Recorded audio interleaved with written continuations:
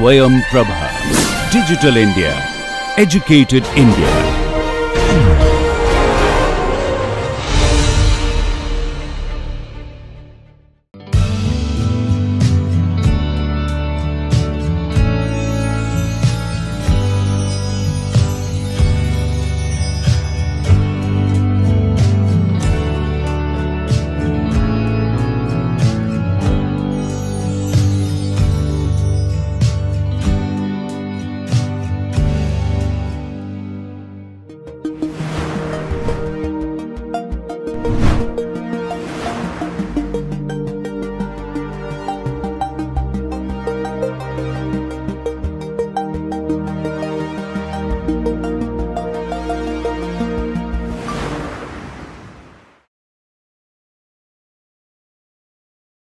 Hello everyone, this is Dr. Vishal Trivedi from Department of Biosciences and Bioengineering, IIT Guwahati. And what we were discussing about the different properties of the enzyme in the course Enzyme Science and Technology. So far what we have discussed about how you can be able to produce the enzyme by cloning the enzyme into a suitable vector. Followed by we have also discussed about the different types of methods and approaches, how you can be able to purify the enzyme. And then we have also discussed how you can be able to perform the enzyme assays. And subsequent to that, in the previous module, we have also discussed about how you can be able to utilize the enzyme assays to design the different types of inhibitors. And when we were discussing about the enzyme inhibitor approaches, we have discussed about the traditional approaches where you are actually going to screen the compounds and you may not need the structure of the enzyme or the inhibitor, and you will be able to get the inhibitor to inhibit the enzyme. And then we also discussed about the targeted approach, where we have discussed about the ligand based approach, receptor based approach, or the computer aided inhibitor design. So, if you have designed an inhibitor, you would like to understand the mechanism of its action. You would like to understand how the enzyme is inhibiting the protein enzyme, and how these inhibitors can, because once you know the mechanism of the enzyme inhibition, you can be able to work on that mechanism and you can be able to improve the activity of those inhibitors. So in today's lecture, we are going to discuss about how you can be able to study the inhibition of the enzyme and how you can be able to do the different methods to understand whether the enzyme inhibition is reversible or irreversible and all other kind of aspects.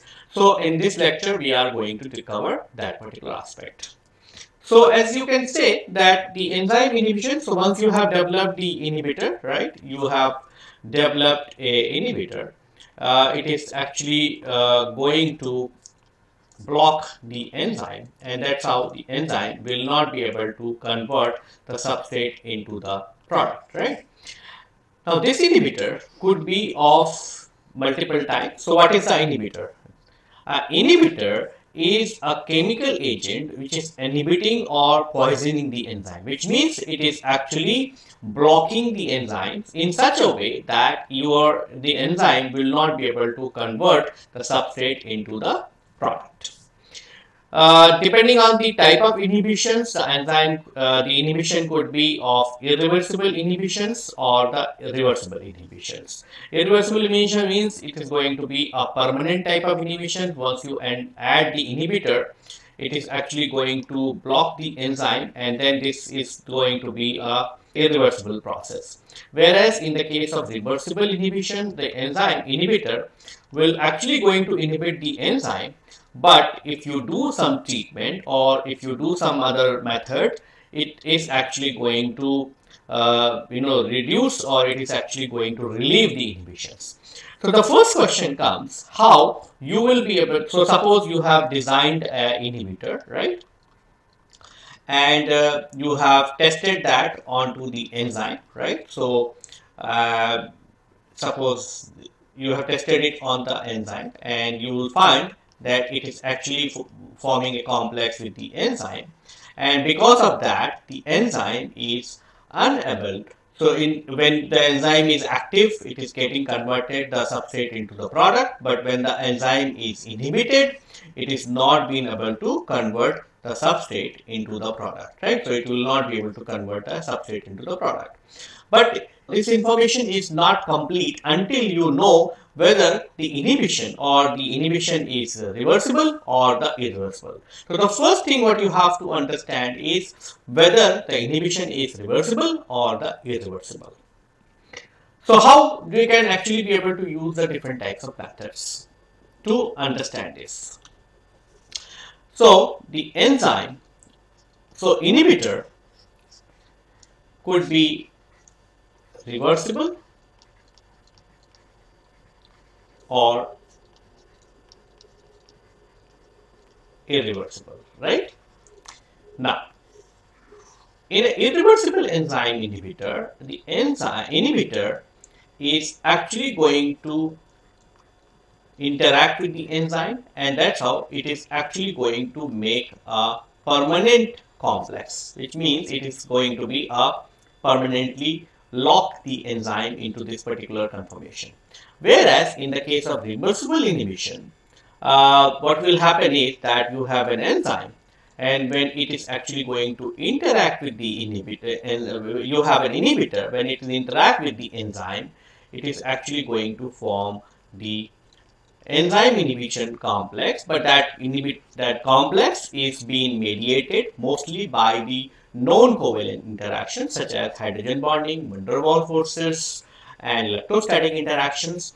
So this is reversible, which means if you add, for example, if this is being mediated by the salt bed interactions, you can actually be able to change the pH, and if you change the pH, this inhibitor is not going to be bind the enzyme, or even the inhibitor is bound to the enzyme, it is actually going to be changed.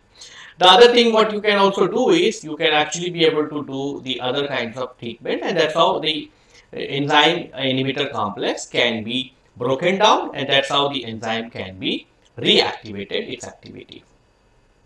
So how there are many methods what you can actually be able to use to understand whether the inhibition is reversible or the irreversible. First thing what you have to do is, first method is you can actually be able to do the dialysis. Okay, so what you can do is, and I'm sure you all know about dialysis, right? So what we do is we take the enzyme, okay, and then you add the inhibitor, okay, and take this whole thing. For example, if I take the 0.2 ml of enzyme, and then if I add the 0.1 ml of inhibitor, okay, and then you add the buffer, right? For example, you add the buffer of 0.2 ml, okay. So this means this is the total 0.5 ml enzyme inhibitor mixture, okay.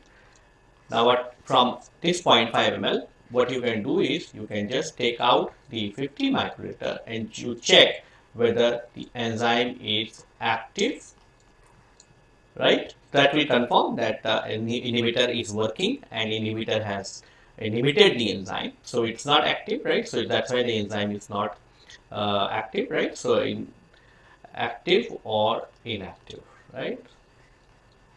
So if the enzyme is inactive, you will know that the inhibitor is working. Now what you can do is just take this and put it into a dialysis bag, okay. So you put the dialysis clips and put it into a dialysis bag, okay.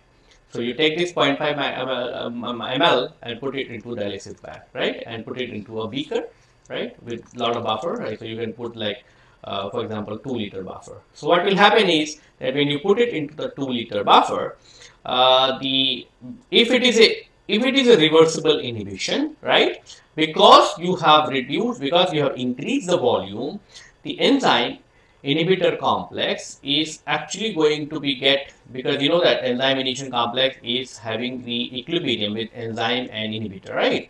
So if you increase the volume, the equilibrium will go into this direction, okay, and because of that the enzyme is actually going to be get dissociated from the inhibitor, because the concentration of this complex is going to be lower down, and as a result it is actually will go into this direction, and as soon as it will go into this direction, the inhibitor will actually going to be removed from the inhibitor from the enzyme. And when the inhibitor is going to be removed, and since the inhibitor is of a small molecular weight, mostly the inhibitors are in the range of 500 Dalton, right? They will come out. So inhibitor will come out and will present in the outer environment, okay?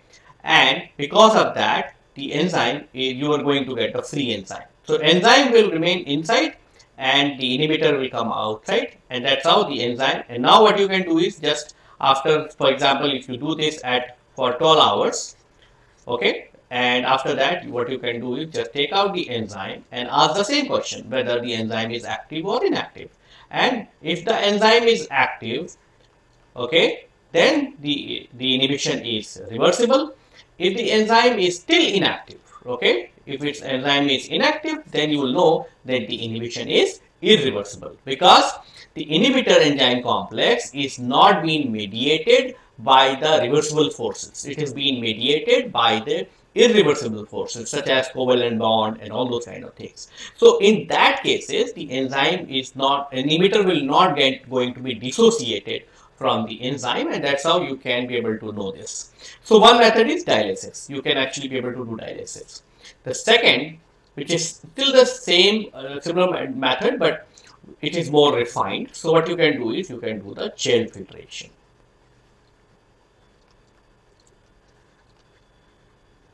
And I'm sure still you remember when we were talking about the gel filtration chromatography, that gel filtration chromatography is actually going to resolve the molecules based on the size. So what will happen is that you again make a mixture of 0.5 ml, and then you load this mixture onto a gel filtration chromatography. So what will happen is, on the gel filtration, this 0.5 is actually going to be loaded onto a 25 ml of column, okay.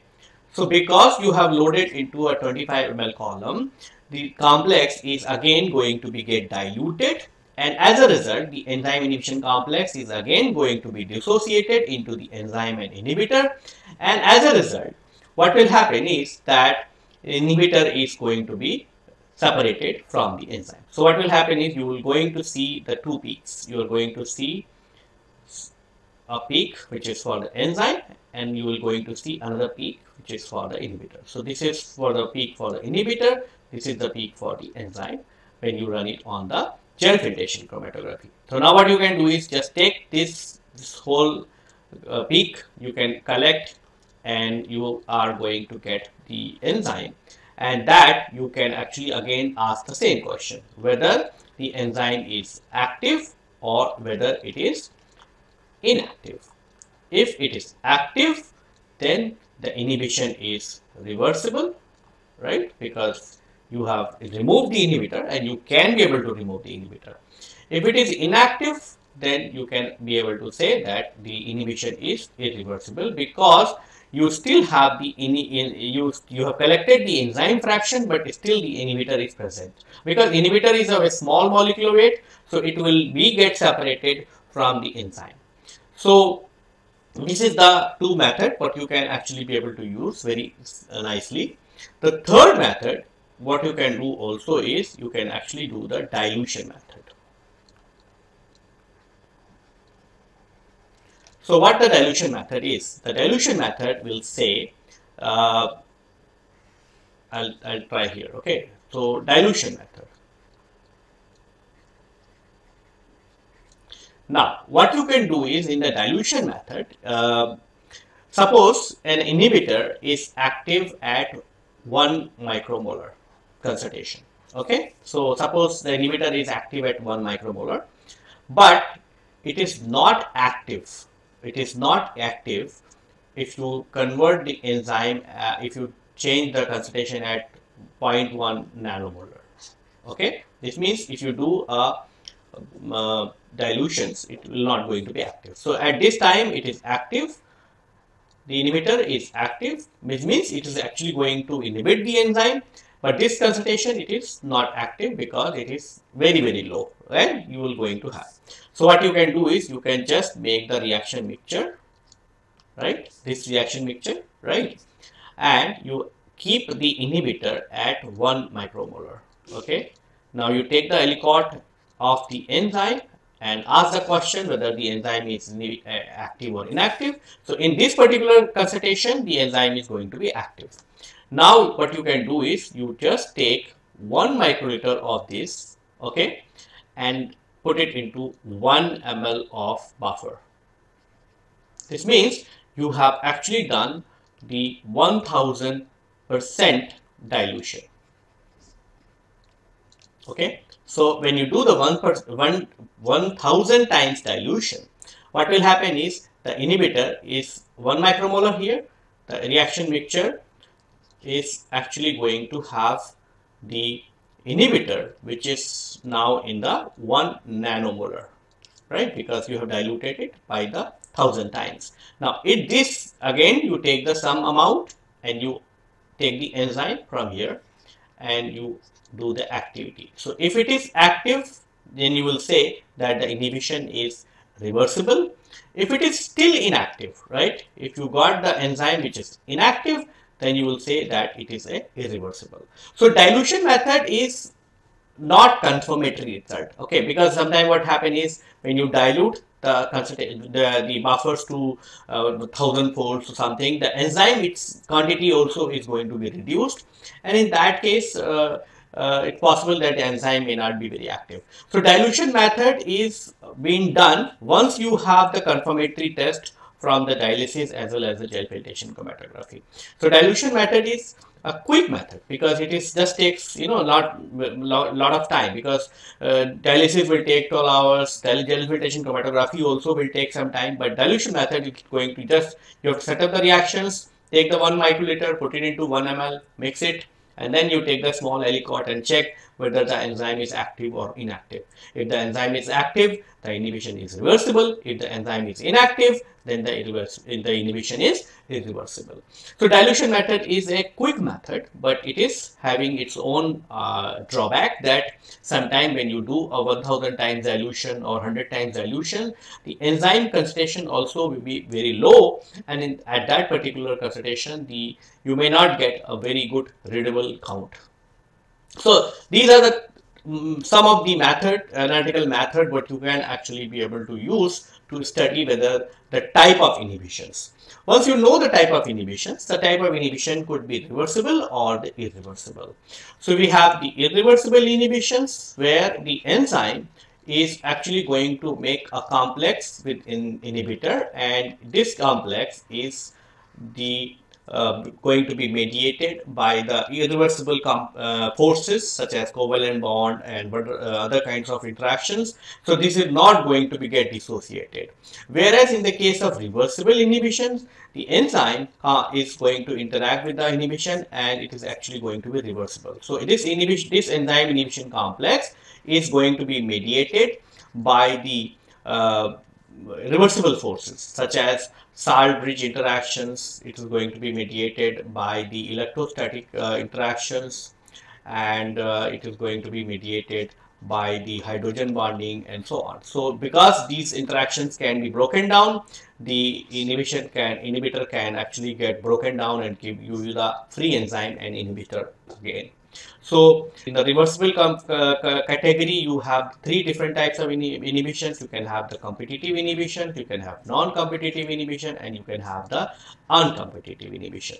So first we are going to discuss about the irreversible inhibitions, and then we are going to discuss about the reversible inhibitions.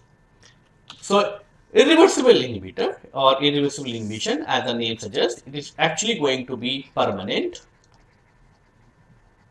and it is not going to be get affected whether you dilute the enzyme, whether you do gel filtration chromatography, whether you dialysis, anything. Once you add the inhibitor, it is actually going to make a complex with the enzyme, and that's how it is actually going to destroy the activity. So irreversible inhibitor destroyed a functional group on the enzyme which is necessary for the catalytic activity. For example, diisopropyl fluorophosphate or DFP, which inhibits acetylcholine esterase. Okay. Another example is iodoacetamide. Iodoacetamide inhibits the OH group of serine and SH group of cysteine and imidazole group of the histidine.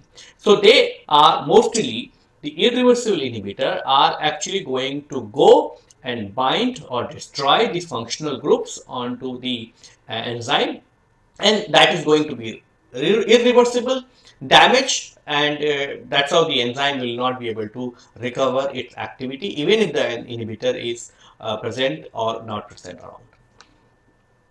There are some examples of irreversible inhibition of the enzyme. For example, diisopropyl fluorophosphate DFP, which inhibits the acetylcholine esterase and serine proteases such as trypsin, chymotrypsin and elastase. Then we have the British anti-leviside, which is an antidote for the heavy metal toxicity. Then we have cyanide, right?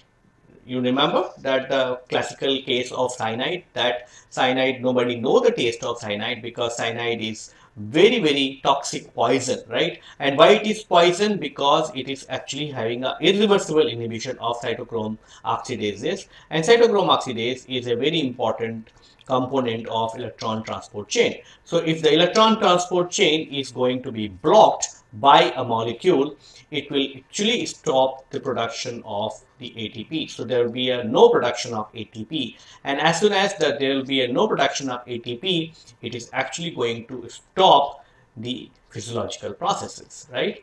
And that's why the cyanide is going to be very potent, right? Inhibitor, right? Because it's going to be irreversible, and this because it cannot be allow the enzyme to be reactivated or something. That's why any kind of poisoning or toxicity by the cyanide cannot be reversed. Then we have the fluoride. So fluoride actually inhibits the enolase, and it removes the magnesium and manganese from the active side of the enzyme, and that's how it is actually going to deprive the enzyme from the crucial cofactors, and because of that the enzyme will not be able to active. So in a typical reaction, what will happen is that this is a reaction where we are actually discussing about how the enzyme is actually how this DFP is actually inhibiting, right? So this is actually diisopropyl fluorophosphate. This is difluorophosphate, and what you see here is this is the fluorine what is present onto this phosphate, right? And this is the DFP, right? And this is the enzyme which actually contains the active site serine, okay? And it has a serine OH, right? So you see the lone pair of electron here which is present onto the oxygen of the serine. So what happens is that when it interacts, the fluorine is actually going to be removed, right? And this fluorine is going to be removed because its fluorine is going to be attacked onto the lone pair of the oxygen, and as a result it is O is actually going to make a complex with phosphate. And now what you see here is that lone pair is also gone and does not have the functionally active OH group, right? And this functionally active OH group is very important because once the OH is present, it actually can take up the electrons from the substrate. It actually can give the electrons to the substrate, and that's how the functionality of the enzyme is solely being depend on to this particular functional group. So when you added the DFP, what DFP will do is this fluorine is actually going to attack onto this particular oxygen, and as a result it is actually going to make a permanent complex. See, this is a covalent bond, right? So if it is making a covalent bond, whether you dilute this enzyme, whether you dialyze this enzyme, or whether you run it as in the gel filtration, this bond is not going to be broken down, and that's why this enzyme will no longer be functional. So this is actually going to be a non-functional enzyme because the inhibitor has blocked one of the crucial amino acid, and this crucial amino acid could be present in the active site, and that's how it is participating into the reaction. So this enzyme is functional enzyme, this functional enzyme is a non-functional enzyme. So this is the more or less the classical activity or classical way in which the irreversible inhibitors are actually inhibiting the enzyme.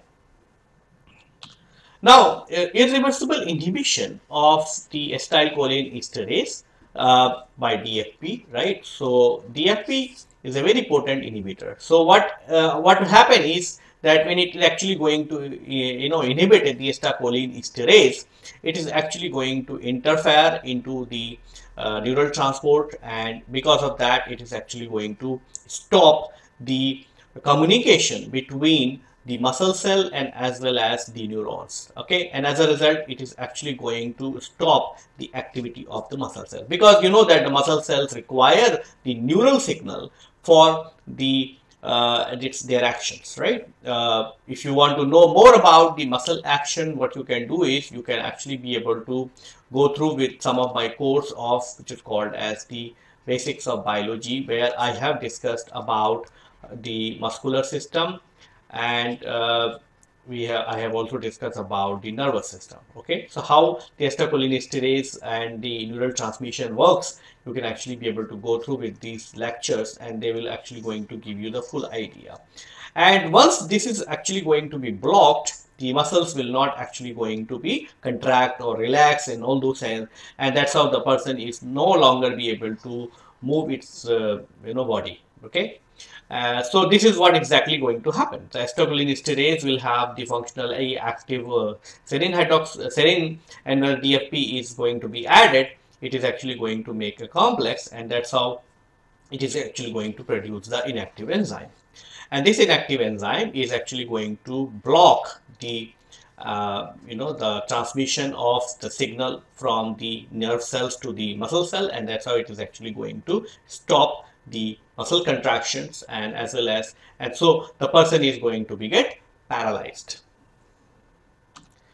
So cholinesterase, this is exactly the same what we have shown, that you are actually going to have the RVT101 inhibitor, and that also blocks another receptor which is called as the 5-HTX receptor, which actually promotes the release of the choline and other neurotransmitters. And once you are actually going to block this particular receptor, it is actually going to stop the secretion of the neurotransmitters such as glutamate, acetylcholine and all that. And because of that, it is actually going to stop the neural transmission between the two particular neurons. And same the other drug which is called as donepezil, and donepezil inhibits the cholinesterase, preventing the breakdown of the acetylcholine. And how it is actually going to be working, because it's going to stop the neural transmissions, it is actually going to increase the concentration of the acetylcholine and other neurotransmitters, leading to the improved cognitions. So irreversible inhibition of the enzyme with the SH group. So this is another example where the iodoacetamide can be used, and iodoacetamide is going to block the enzyme which has the SH group, which means it is going to block the enzyme where you have the functionally active cysteine.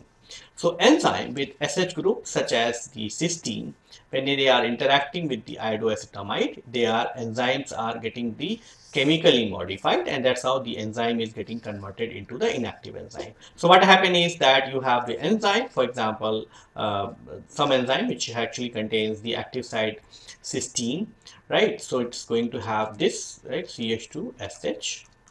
So this is the CH2, this is SH, right? And when you add the inhibitor is you are going to add the iodoacetamide. So iodoacetamide is going to have the iodine, and SH is also again going to have the electrons, right? So this iodine is actually going to attack onto these sulfur groups, right? And as a result, there will be a covalent bond which is going to be formed between the sulfur and this carbon, right? And iodine is actually going to be removed, right? So Hi is actually, so this is going to be removed here, right? Iodine is going to be removed, and hydrogen is also going to be removed from here, right? And then there will be a covalent bond. Once a covalent bond is formed, this enzyme is going to be get converted into a inactive enzyme. So these are the some of the examples where you are actually going to chemically modify the enzyme. Then we have the another variation of the irreversible inhibition, which is called as the suicide inhibitions. So suicide inhibitions is, as the name suggests, here when you add the inhibitor, the enzyme will actually going to go for the suicide, which means it is actually going to enzyme is actually going to process the inhibitor. Enzyme is actually, so inhibitor is not irreversible inhibitor. It is actually, once it is going to be processed by the enzyme, it is actually going to be get converted into the irreversible inhibitor, and that's how the enzyme is actually responsible for converting a inhibitor into a suicidal inhibitor. So this is a specialized form of irreversible inhibition. It's also known as the mechanism based inactivations, right? Because here the enzyme is going to be actively participate into the inhibition mechanisms. Enzyme inhibitor makes use of the enzyme's own reaction mechanism to inactivate it. Inhibitor, which is a structural analog, is converted into a more effective inhibitor with the help of the enzyme to be inhibited. So enzyme is literally committing suicide because they utilize the normal enzyme reaction mechanism to inactivate the enzyme. We'll take the example, then you will understand how what it means actually. So what it says is that enzyme is actually going to process the inhibitor, and as a result, is it actually going to be get converted into, it's actually going to process the inhibitor. So inhibitor is actually going to be go and bind to the enzyme, and then it is going to be processed, and that's how the enzyme is, inhibitor is going to get converted into a inhibitor star. And then as soon as the inhibitor star is going to be formed, it is actually going to attack on the enzyme, and that's how it is actually going to form a enzyme inhibitor star complex. This is actually a irreversible. Okay, so this is actually going to be irreversible inhibition. This means the enzyme is itself acting on the inhibitor and making it on its own death actually, and that's why it is called as a suicide inhibition. So what is the properties of the suicide inhibition? It is going to be irreversible inhibitions. It is a very, very effective inhibitor compared to even the irreversible inhibitions where you have the covalent bond. It is synthesized with the help of the enzymes, which means the enzyme is actually going to be convert the inhibitor into a suicidal inhibitor, and then this suicidal inhibitor is actually going to act onto the enzyme. Examples are inhibition of xanthine oxidase by the allopurinol, which is a treatment of the gout. Then we have the alloxanthine synthesized by the xanthine oxidase using the allopurinol is more potent inhibitor of enzyme than the allopurinol. Then we have another example of arachidonic acid getting converted into a prostaglandin, which is going to be catalyzed by an enzyme which is called as cyclooxygenase, and it is inhibited by the aspirin. Aspirin is an anti-inflammatory drug, right? And then we also have an example of 5-fluorouracil. So 5-fluorouracil is getting converted into 5-fluorodeoxyuridine, and this 5-fluorodeoxyuridine is a more potent suicidal inhibitor because it is going to inhibit the thiourate synthesis, and it's going to inhibit the nucleotide synthesis, and it is being used in the cancer treatment. So 5-fluorouracil is a anti-cancer drug. So let's take an example of some of these mechanisms. So first example is allopurinol. So allopurinol is a drug for the gout, right? Gout, you know that gout is a disease of the joints, right? So the anti-gout drug is a suicidal irreversible inhibitor, mechanism-based inhibitor of the enzyme xanthine oxidase that works as the oxidase or the dehydrogenase. The enzyme commits suicide by activating allopyranol into a transition state analog, oxypyranol, that binds very tightly to the molybdenum sulfide complex at the active site. The molybdenum sulfide complex binds the substrate and transfers the electron required for the oxidation reaction. So what happens is that in a normal reactions, what is the xanthine oxidase is doing is it is processing the hypoxanthine to xanthine, and then from xanthine oxidase is getting converted into the uric acid, and this uric acid is actually a problem because uric acid is a metabolic byproduct. Remember that when we were talking about the amino acid metabolism, we'll say that there are so many nitrogen derivatives and other things are going to be produced. So you are going to produce uric acid, urea, and all other kinds of derivatives. So uric acid is actually going to be get deposited into the joints, right? And that's how it is actually going to cause the disease which is called as gout. And mostly it is a, sometimes it is a genetic disease and other kinds of things, right? So now what happens is that when you have the allopyranol, right? So allopyranol is an inhibitor of xanthine oxidase, but when the allopyranol is actually going to be processed by the xanthine oxidase, it is actually going to be get converted into oxypyranol. Okay, and oxypyranol is a very potent inhibitor because it is actually going to bind the molybdenum sulfur center what is present inside the xanthine oxidase. So initially the allopyranol does not have any activity or any kind of binding to the molybdenum sulfur center, and that's why the allopyranol actually will not be able to inhibit the xanthine oxidase if the xanthine oxidase will not process the allopyranol to a oxypyranol. So allopyranol is getting converted into oxypyranol, and oxypyranol is actually attacking onto this molybdenum sulfur center and making a complex. And once it's making a complex, the molybdenum sulfur center is actually the active center which is involved into the electron transport or electron movement from the enzyme to the substrate, and because of that it will actually going to stop this all these reactions, which means it is actually going to stop the synthesis of the uric acid, and as a result it is actually going to give you the treatment for the gout. So this is what exactly happened. Allopyranol getting converted into the oxypyranol, and oxypyranol, it's actually going to have this nitrogen, right? And this nitrogen is actually going to interact with the molybdenum and sulfur center what is present onto the xanthine oxidase, and that's how it is going to make the irreversible complexes. And because it is going to make a irreversible complex, molybdenum sulfur centers are no longer, or molybdenum sulfide center will no longer be able to transfer the electron from the substrate to the other molecules, and as a result they will not be able to catalyze these reactions.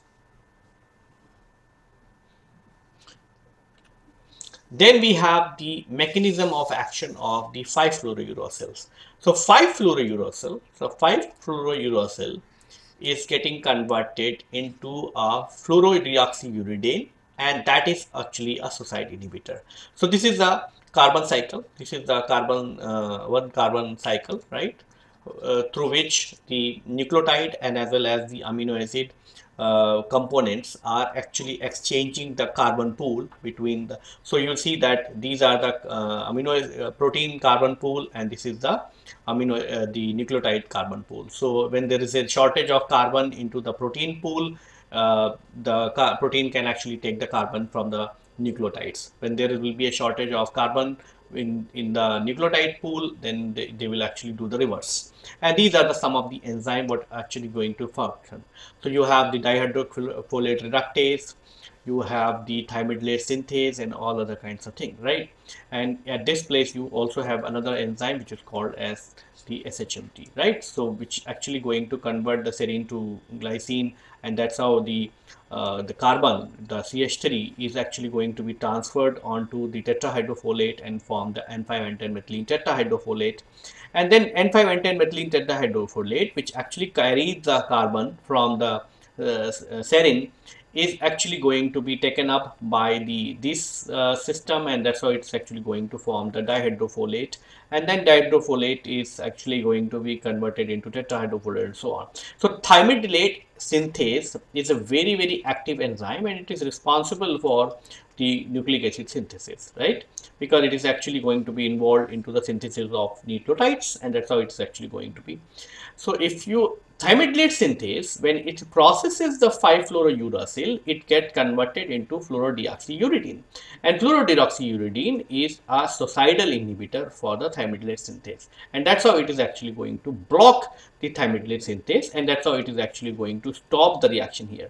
This means there will be no exchange of carbon pool between the protein chain and as well as the nucleotide, and as a result the nucleotide synthesis is going to be stopped, and that's how it is actually going to be blocked.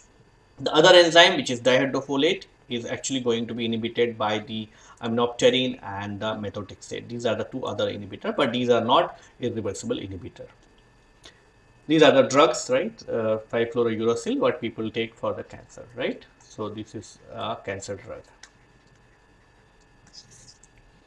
So apart from the cancer, we have another example, the therapeutic usage of the enzyme inhibitors. You can have the the clinical use for the epilepsy, so where you are actually inhibiting the enzyme which is called as gamma transferase, and the inhibitor is called as gamma vinyl GABA, right? Then we have the drugs for the antidepressants, which is called as MAO, and the inhibitor is the triclopyrin phenylazole. These are the two different types of inhibitors. And then we have the anti-hypersensitive drugs, which is acetylcholinesterase. The drug's name is cabotripil and the inaprolart. Then we have the cardiac disorders. So there are so many ATPases, and then you also have the cardiac glycosidase. Then we have a gout. So gout enzyme is xanthine oxidase. The drug is allopurinol. And then we have ulcers, right? So you can have many types of ATPases, because these ATPases are involved in the the proton transport and all that. So you can actually be able to use the omeprazole, right? And this is very popular, right? Omeprazole, pentaperazoles, and all other kinds of azole derivatives which you can use. And these are all are irreversible inhibitors for this class of enzymes. Now let's see the case study where we are actually going to study how you can be able to study suicidal inhibition kinetics, and how you can be able to understand the different types of the parameters and all that. So the case study is very simple, right, where we are actually going to study about how you can be able to suicide inhibitor, right? This is a suicidal inhibitor where we are actually trying to inhibit, where we are trying to study inhibitor which is called as NAC. Okay, so NAC's full form is N-acetylcysteine. Okay, and it is actually been very extensively being used as a adjuvant into the relieving some of the the damages during the malaria, or it is also being used in the drug in another disease which is called as the COPD. Okay, so congenitive pulmonary disease. So N-acetylcysteine is being used in adjuvant therapy. It is a byproduct of glutathione. It is a strong antioxidant. It protects the cells from the oxidative stress. It reduces the inflammation through the reduced secretion of the cytokine, which is called TNF alpha. And NAC thought to be protect the cell by increasing the GSH level inside the cell. So what happened is that during the malaria, you always have the RBC rupture, right? And when there is a RBC rupture, the RBC is actually going to be release the hemoglobin, and that hemoglobin is getting converted into methemoglobin. So hemoglobin, you know that hemoglobin is the oxygen carrier, right? And once the hemoglobin is getting present into the oxygen environment, it get oxidized. So hemoglobin is actually containing the iron as iron 2 plus, right? Whereas when the iron is present as iron 3 plus, it is called as methemoglobin. And because of this conversion, the methemoglobin is very toxic, right? So it actually can cause lot of toxicity issues, right? And that's what that happens during the malaria. So methemoglobin actually can cause the oxidative stress into the cell, and that's how it is actually going to be kill the cells, right? So since the NAC was antioxidant molecule, we thought that it may be blocking the methemoglobin molecule, and that's how it may be reducing the oxidative stress, and that's how it probably will be promoting the cell survival. So exploring this particular hypothesis, we discovered that the NAC is a suicidal inhibitor for methemoglobin. Now, when we want to do this kind of study, we have to actually take a lot of control experiments. Okay, so for example, we have studied how because methemoglobin is actually going to cause the RBC lysis. Okay, which means it is actually going to, so first thing what we have measured is we have measured whether the RBC lysis is getting blocked or not. So we did the NAC, GSH, methionine and NAM, right? NAM and NAC is having only one difference, that instead of cysteine you have the methionine, and you will see that when I remove the cysteine, right, it is actually not protecting the cell from the hemolysis, right? So there is a hemolysis. Even methionine is also not been able to block, but GSH is been able to block because GSH is doing the same function as the NAC, right? And then the same thing we have done also, that we have found that because the methemoglobin has the peroxidase activity, so it was actually blocking the peroxidase activity also the same way. And then the hemolysis is also being blocked by dose dependently by the NAC. So as you increase the NAC concentration, the hemolysis is going to be blocked. Same is true for the peroxidase activity. So this is true that the NAC is actually protecting the cells from the hemolysis, and NAC is also also inhibiting the peroxidase activity. So then we also asked whether the inhibition is reversible or irreversible. So this is exactly what we have done. And remember, this is the experiment I have just said, right? So what we did is we took the methemoglobin plus NAC. You'll see this is a 100% activity what you got, right? Then we did the methemoglobin plus H2O2, it's 100% activity. Then we did the methemoglobin plus NAC plus H2, which means this is the complete reaction. Once you did the complete reaction, the activity goes down to 2%, right? And then we took this 100% reaction, we did the overnight dialysis, and there is no recovery of enzyme. This means by doing this, we know that the inhibition is irreversible. Okay, this means the NAC is an irreversible inhibitor of the methemoglobin peroxidase activity. And then we tried the other methods, right? So we tried like protecting it by the substrates and other kinds of things to understand whether the substrate is actually going to protect. So it's clear that if you don't allow the methemoglobin to process the NAC, it is actually going to get blocked, right? This means it is actually going to be a suicidal inhibitor. So if it is a suicidal inhibitor, we also did the suicidal kinetics.